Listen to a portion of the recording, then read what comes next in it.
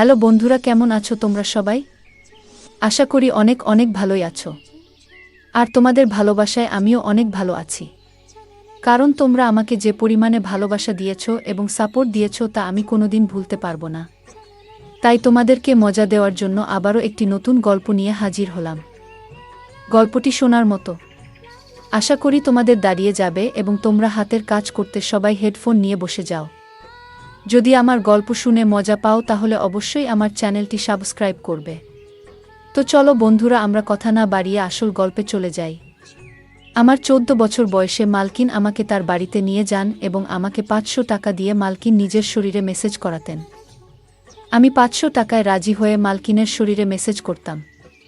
কিন্তু একদিন রাতে মালকিন বলতে শুরু করলেন, প্রতাপ, আজকে রুমের লাইটটা বন্ধ করে দাও। আমি চুপচাপ লাইটটা বন্ধ করে দিলাম। আমি জ্ঞান হারিয়ে ফেললাম যখন মালকিন, আমি যে বয়সের মধ্যে দিয়ে যাচ্ছি এই সময়টা একটা ছেলের জন্য অনেক কঠিন সময়, কারণ তাদের মনোযোগ তাদের সামনে উপস্থিত মহিলাদের দিকে পড়ে। এমন অবস্থায় কারো শরীরে মালিশ করা আমার জন্য খুব সমস্যা সৃষ্টি করে। যখন মালকিন আমাকে তার শরীরে মেসেজ করতে বললেন, কিছুক্ষণ অবাক হয়ে তার দিকে তাকিয়ে রইলাম। আমি কিভাবে এটা করব, এটা খুবই লজ্জার বিষয়। কিন্তু আমার বাবা বলেছিলেন, মালকিনের কোনো কথাই না করবি না, তিনি অনেক দয়ালু মনের মহিলা। তুই যদি তার মনে জায়গা করে নিতে পারিস তবে তিনি তোকে বেতনের চেয়েও বেশি টাকা দেবেন। তিনি আমাকে টাকা দিয়েছেন, তাও 500 টাকা, এবং বললেন, এই টাকাটা শুধু তোমার। আমি অনেক খুশি হয়েছিলাম। কিন্তু যখন তিনি আমাকে তার শরীরে তেল দিয়ে মেসেজ করতে বললেন, আমি হতভম্ব হয়ে তার দিকে তাকিয়ে রইলাম। তিনি কিভাবে একটা ছেলেকে দিয়ে মেসেজ করাতে পারেন? আমি কিছু বললাম না, কিন্তু অনেক নার্ভাস ছিলাম। তিনি আমাকে তার রুমে নিয়ে গেলেন, তারপরে বিছানায় শুয়ে তার শরীরে তেল দিতে বললেন। আমি যখন তার শরীরের থেকে তার পোশাকটা তুলে দিলাম তখন আমার চোখ বড়বড় হয়ে গেল। তিনি আমাকে যে তেল দিয়েছিলেন আমি চোখ বন্ধ করে আমার হাতে কিছুটা নিয়ে তার শরীরে দিতে থাকলাম। আমার একমাত্র চেষ্টা ছিল কাজে অনেক মন দেওয়া। আমি একবারও তার শরীরের দিকে তাকাইনি। আমি শুধু চোখ নামিয়ে ম্যাসাজ করেছিলাম। আমার মনে আছে যে আমি যখন এখানে কাজ শুরু করি, প্রথম দিকে কাজের সময় অনুসারে আমি যখন মালকিনের ঘরে প্রবেশ করলাম তখন মালকিনকে কিছুটা অন্যরকম দেখাচ্ছিল। তার চেহারায় অদ্ভুত পরিবর্তন লক্ষ্য করলাম আমি। তিনি ঘামে ভিজে যাচ্ছিলেন। আমি জানি না তার কি হয়েছিল। আমাকে দেখামাত্রে সে হঠাৎ সোজা হয়ে আমার দিক থেকে অন্যদিকে তাকাতে থাকল। আমি কিছুটা অবাক হয়ে মালকিনের দিকে তাকিয়েছিলাম। আমার মনে হলো মালকিনের শরীরটা ভালো নেই। আমি সবসময় নির্বে মালকিনের সেবা করতাম, কিন্তু আজ আমি কিছুটা বাধা নিয়ে মালকিনের দিকে তাকিয়ে তাকে জিজ্ঞেস করলাম, মালকিন, আপনি ঠিক আছেন তো? আপনাকে অন্যরকম দেখাচ্ছে মনে হয়। আমি আমার মালকিনকে মন থেকে সম্মান করতাম এবং আমি তার জন্য চিন্তিত থাকতাম, কারণ তিনি কেবল আমার মালকিনই ছিলেন না, আমার কাছে তিনি একজন অনেক ভালো অভিভাবক ছিলেন। তিনি ছোটবেলা থেকেই আমাকে সাহায্য করেছিলেন এবং তিনি আমার দুঃখী জীবনকে সুখী করে তুলতে অনেক সাহায্য করেছিলেন। আমি কষ্টে ছিলাম, কিন্তু তার দেওয়া টাকা আমার জীবন পরিবর্তন করে দেয়া। আমার বাড়ির অবস্থা পরিবর্তন হয়ে যায়। আমার প্রশ্নে মালকিন নাতে মাথা নেড়ে আমাকে আশ্বস্ত করলেন যে তিনি একেবারে ঠিক আছেন। কিন্তু তার মুখে স্পষ্ট দেখা যাচ্ছিল যে তিনি কিছু লুকাচ্ছেন এবং তিনি অনেক টেনশনে আছেন। কয়েক মাস ধরে তার বাড়িতে কাজ করছি। আজকে প্রথমবার যখন তিনি আমাকে মেসেজ করতে বললেন আমি অনেক ভয় পেয়েছিলাম, কারণ সব বাড়িতে তিনি একাই থাকতেন, না স্বামী না কোনো সন্তান। এই কথাটা শুনে আমি প্রথমে চুপ হয়ে গেলাম, কিন্তু আমি মালিশ করলাম। সারাক্ষণ আমার হাত কাঁপছিল। আমি ভেবেছিলাম মালকিন একদিনের জন্য আমাকে দিয়ে এই কাজটা করাবেন, কিন্তু এখন তিনি আমাকে দিয়ে প্রতিদিন মেসেজ করানো শুরু করলেন। আমি মালকিনের কোনো কাজে এতটা খারাপ মনে করিনি, কারণ তিনি কোনো উদ্দেশ্য নিয়ে আমাকে দিয়ে কোনো কাজ করাতেন না। কিন্তু যখন আমি একা রুমের মধ্যে তাকে তেল ম্যাসাজ করতাম তখন আমার অনেক খারাপ মনে হতো। একটা অদ্ভুত বিষয় হলো যে আমি মালকিনকে মেসেজ করা শুরু করার পর থেকে মালকিন আমার দিকে অনেক ভালোবাসার চোখে তাকাতে থাকল। আগে তিনি আমাকে 500 টাকা দিতেন, কিন্তু এখন 1000 টাকা দিতেন। তার এই ভালোবাসায় আমি বিরক্ত হয়ে গেছিলাম। কিন্তু আজও প্রতিদিনের মতো আমি তেলের বোতল হাতে নিয়ে মেসেজ করতে গেলাম। আমি 14 বছর বয়স থেকে মালকিনের শরীরে মেসেজ করে আসছি। এই কাজটি আমাকে অনেক বিভ্রান্ত করত। আমার মালকিনের উপর রাগও হতো, কারণ তিনি আমাকে দিয়ে এসব কাজ করাতেন, কিন্তু আমি এসব করতে বাধ্য ছিলাম কারণ আমার টাকা চাই এবং কাজের বিনিময়ে আমার মালকিন আমাকে প্রতিদিন 500 টাকা দিতেন। তাই আমি নির্বে মালকিনের জন্য এই কাজটি করতে থাকলাম। অনেক পরে আমি বুঝতে পেরেছিলাম যে মালিকিন কেন আমাকে দিয়ে এই কাজ করাতেন। আমি তেল নিয়ে আমার মালকিনের বিছানায় বসলাম। তারপরে হঠাৎ মালকিন আমাকে বলল, প্রতাপ, ঘরের আলো নিভিয়ে দাও। আমি অবাক হয়ে মালকিনের দিকে তাকালাম। আমার কেমন যেন মনে হচ্ছিল, কিন্তু মালকিনকে কিছুই বলতে পারলাম না। আমি ঘরের আলো নিভিয়ে দিলাম এবং অন্ধকারে মালকিনের বিছানার কাছে পৌঁছালাম। অন্ধকারে বুঝতে পারলাম মালিকিন বিছানায় শুয়ে আছেন। আমি মালকিনের দিকে হাত বাড়ালে মালকিন আমাকে থামিয়ে দিয়ে আমার হাত ধরে তিনি আমাকে যা বললেন তাতে আমি জ্ঞান হারিয়ে ফেললাম। আমার মনটা কেমন করতে শুরু করল। আমি আমার জায়গায় বসে রইলাম। আমার নড়াচড়া করা কঠিন হয়ে পড়ে। আমার মালকিনের কথা শুনে আমি অবাক হয়ে উঠেছিলাম। আমি বাঁকুড়ার একটি গ্রামে থাকতাম। আমার পরিবার অনেক গরিব। আমার বয়স যেহেতু 14 বছর, তাই আমার পক্ষে কাজ পাওয়া বা টাকা ইনকাম করা কঠিন ছিল। আমি বাধ্য হয়ে আমার বাবা মাকে কষ্ট করে সংসার চালাতে দেখেছি। তারা অনেক কষ্টে ছিল, কিন্তু আমি তাদের কোনো সাহায্য করতে পারিনি। আমি অনেক আবেগে ছিলাম, কিন্তু কোনোভাবে টাকা ইনকাম করে তাদের সাহায্য করতে পারিনি যাতে তাদের একটি ভালো জীবন দিতে পারি। লেখাপড়া করা আমার স্বপ্ন ছিল, কিন্তু আমি জানতাম যে আমাদের কাছে লেখাপড়া করার টাকা নেই। আমাদের বাড়িতে খাওয়া দাওয়া করাই অনেক কঠিন ছিল। তবে আমি জানতাম যে আমি যদি আমার শখ প্রকাশ করি, তবে আমার মা বাবা এত কষ্টের মধ্যেও নিশ্চয়ই আমাকে পড়াতেন। কিন্তু আমি এতটা স্বার্থপর ছিলাম না, তাই নিজের সবগুলোকে নিজের মধ্যে দমিয়ে রেখেছিলাম এবং এই জিনিসটি আমাকে আরও অসহায় করত। সেই দিনগুলিতেই মালকিন আমার জীবনে এসেছিলেন।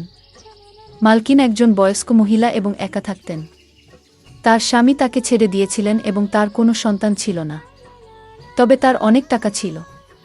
তার অনেক জমিজমাও আমাদের গ্রামে ছিল। মালকিনের নিজের জমিতে কিছু গুরুত্বপূর্ণ কাজ ছিল।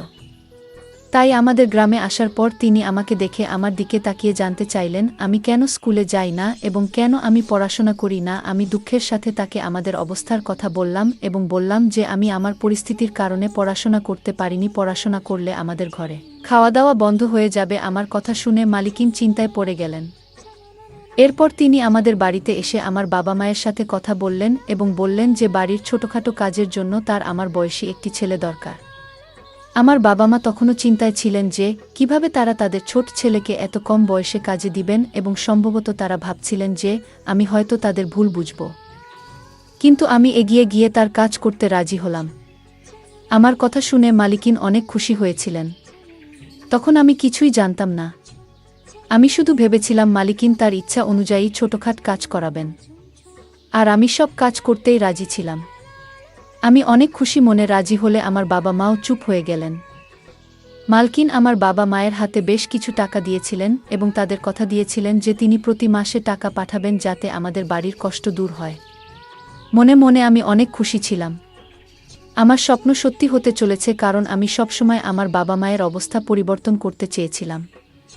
আমি আমার জিনিসপত্র গুছিয়ে মালকিনের সাথে শহরে চলে এলাম। মালকিনের শহরের সুন্দর বাড়ি ছিল। এত সুন্দর বাড়ি আমি জীবনে প্রথম দেখেছিলাম। মালকিন আমার থাকার জন্য একটি রুম দিয়েছেন। রুমটি খুবই ছোট, কিন্তু অনেক সুন্দরভাবে সাজানো ছিল। রুমে দামি দামি আসবাবপত্র রাখা ছিল। আমার মনে হচ্ছিল যেন ঘরটা আমার স্বপ্নের মতো তৈরি করা হয়েছে। মালকিন আমাকে ছোটখাট কাজ বুঝিয়ে দিলেন, যার মধ্যে রোজ তার গাড়ি পরিষ্কার করা, রাতে তাকে পানি দেওয়া এবং দিনে 3 বার খাওয়ার বাসনপত্র পরিষ্কার করা ইত্যাদি। এই কাজগুলো আমার মতো গরিব একজন ছেলের পক্ষে অনেক সহজ ছিল। মালকিনের বাড়িতে বাইরে থেকে রান্না করা খাবার আসত এবং মালিকিন তার সাথে আমাকেও খেতে দিতেন। প্রথম দিনই আমাকে ভালো পোশাক দেওয়া হয়েছিল। জুতাও কিনে দিয়েছিলেন। মালকিনের দয়া এখানেই শেষ হয়নি। তিনি আমাকে বলেছিলেন যে তিনি খুব শীঘ্রই আমাকে একটি ভালো স্কুলে ভর্তি করাবেন, যাতে আমি আমার পড়াশোনা চালিয়ে যেতে পারি। শুনে আমি অনেক খুশি হয়ে গেলাম। কিন্তু রাত নামার সাথে সাথে মালকিন আমাকে তার ঘরে ডেকে একটি সুগন্ধযুক্ত সিসি দিয়ে বললেন, আমার শরীরে মেসেজ করো। আমি মাথা নেড়ে তাড়াতাড়ি তেল এনে মালকিনের পায়ের কাছে গিয়ে বসলাম। আমি ভেবেছিলাম যে আমাকে মালকিনের পা মেসেজ করতে হবে এবং আমি খুশি এটি করতে রাজি ছিলাম। কিন্তু মালকিন আমাকে থামিয়ে তার শরীরের নিচের দিকে মেসেজ করতে বললেন। এটা করতে আমার লজ্জা করছিল, কিন্তু কোনো রকমে আমি মালকিনের শরীরে মেসেজ করলাম। আমি তারপর উঠে রুম থেকে চলে গেলাম। আমি ভাবলাম মালিকিন মনে হয় ক্লান্ত হয়ে পড়েছেন, আর আমাকে দিয়ে মেসেজ করাবেন না। কিন্তু আমার ধারণা ভুল ছিল। আমি অনেক চালু ছেলে ছিলাম, তাই সব কাজ তাড়াতাড়ি করে ফেলতাম। কিন্তু রাত নামলেই আবার একইভাবে মালকিন আমাকে রুমে ডেকে এক শিশি তেল দিলেন। এটা ভেবে মন খারাপ হয়ে গেল যে আজকেও আমাকে মালকিনের মেসেজ করতে হবে। পা পর্যন্ত তো ঠিক ছিল, কিন্তু মালকিন আমাকে দিয়ে যেখানে মেসেজ করাতেন সেটি আমার কাছে অস্বস্তি করছিল। আজও আমি কোনো রকমে মালকিনের মেসেজ করে তার দিকে তাকালাম। তিনি শান্তিতে ঘুমাচ্ছিলেন। আমি বুঝতে পারছিলাম না মালকিন এতে কি সুখ পান। মালকিনের কাজকর্ম আমাকে অবাক করছিল। 3 দিন পরেই মালকিন আমাকে একটি ভালো স্কুলে ভর্তি করিয়েছিলেন। আমি আমার মালকিনের জন্য পাগল ছিলাম, কিন্তু আমার মালকিনের মেসেজ করতে ভালো হতো না। মালকিন এটি তার রুটিনে পরিণত করেছিলেন, আর প্রতিদিন সে আমাকে মেসেজ করতে বলতেন। আমি তার অনুগ্রহে ছিলাম, তাই আমি না করতে পারছিলাম না। তাই কিছু না বলে আমি আমার মালকিনকে মেসেজ করতে থাকলাম। মালকিন সম্ভবত বুঝতে পেরেছিল যে আমি তার মেসেজ বিরক্তি নিয়ে করি। সেজন্য আমার বেতন বাদেও তিনি আমাকে প্রতিদিন 500 টাকা করে দিতে থাকলেন, এবং আমি আনন্দের সাথে টাকার জন্য এই কাজটি করতে থাকলাম। এইভাবে আমি মালকিনের বাড়িতে অনেক দিন ছিলাম এবং এখন আমি এতে অভ্যস্ত হয়ে গেছি।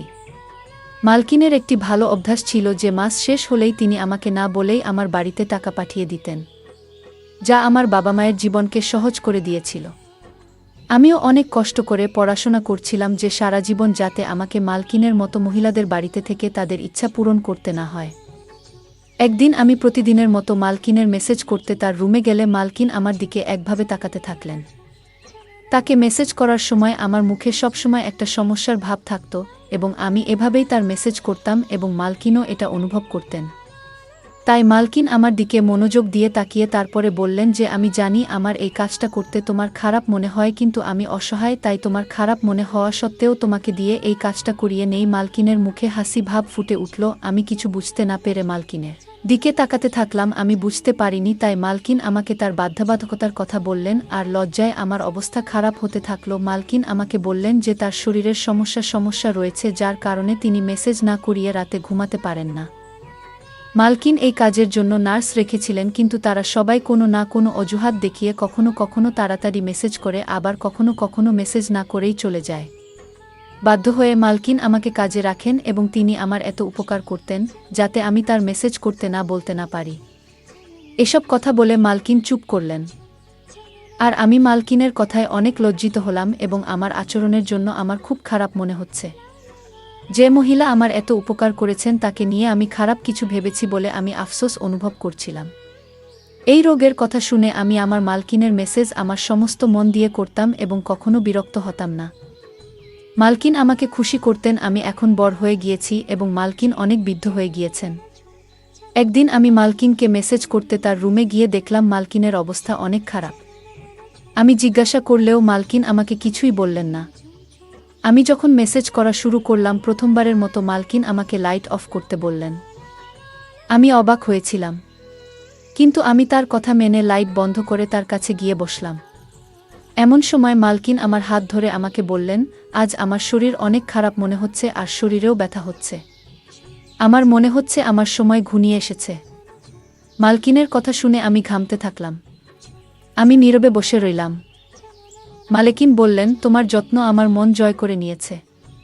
আমার যদি ছেলে থাকতো তবে তোমার মতো আমার যত্ন নিত।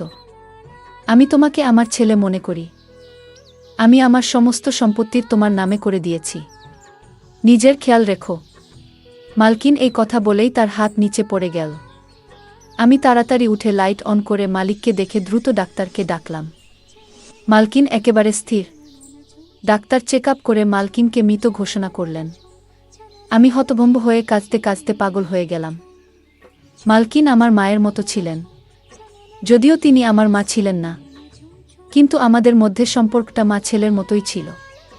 আর তার উকিল পরের দিনই তার সমস্ত সম্পত্তি আমার হাতে তুলে দিয়েছিলেন।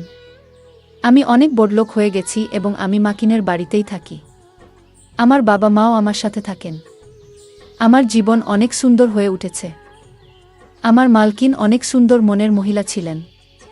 বন্ধুরা, আজকের ভিডিওটা এখানেই শেষ করলাম। অনেক কষ্ট করে ভিডিওটি আপনাদের জন্য বানিয়েছি। যদি ভিডিওটি আপনাদের ভালো লেগে থাকে তাহলে একটা লাইক করবেন এবং চ্যানেলটি অবশ্যই সাবস্ক্রাইব করবেন। এই আশা ব্যক্ত রেখে আপনাদের কাছ থেকে বিদায় নিচ্ছি আমি। দেখা হবে আগামীকালের নতুন কোনো ভিডিওতে। সে পর্যন্ত সবাই ভালো থাকুন, সুস্থ থাকুন। ধন্যবাদ।